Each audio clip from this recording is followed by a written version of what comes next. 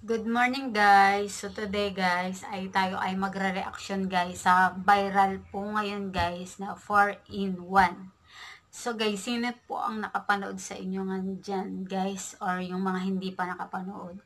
Ako guys, naging curious po ako sa video na viral po na to guys dahil po pag nag-i-scroll po ako sa Facebook ay marami pong comments po akong nakikita na sabi po nila ay ang tindi talaga nitong 4-in-1 na ito guys. So ayan guys, so napanood ko po at hindi po ako guys tumigil guys at hanggat hindi ko to napapanood guys, talagang ako po ay nagpasend din po ako ng ganitong video guys, gawa ng talagang curious po ako rito sa mga kanilang komento na sobra pong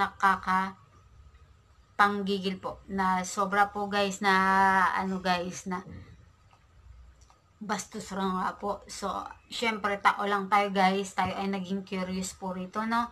So, yun guys. Nang napanood ko po itong video na to guys, ay ako rin po guys, ay nainis rin po sa viral na to, no?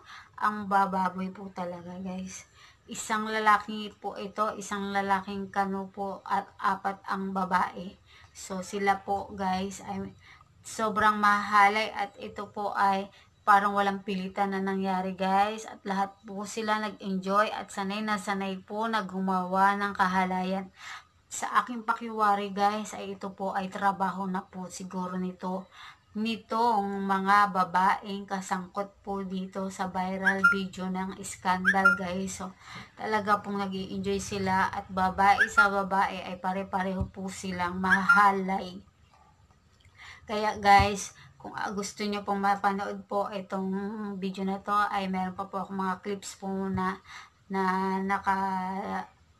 naka-private po. Guys, tingnan nyo po sa aking description box guys, kung saan nyo po makikita at kung gusto nyo po ma-send ko po sa inyong video. Yun lang guys. So, talagang enjoy na enjoy po itong mga nasa viral na to guys. Talagang napaka ang parang hindi mo maano na gawain ng isang Pinay ang mga pinaggagawa nila guys. So, yun lang guys ang aking reaction.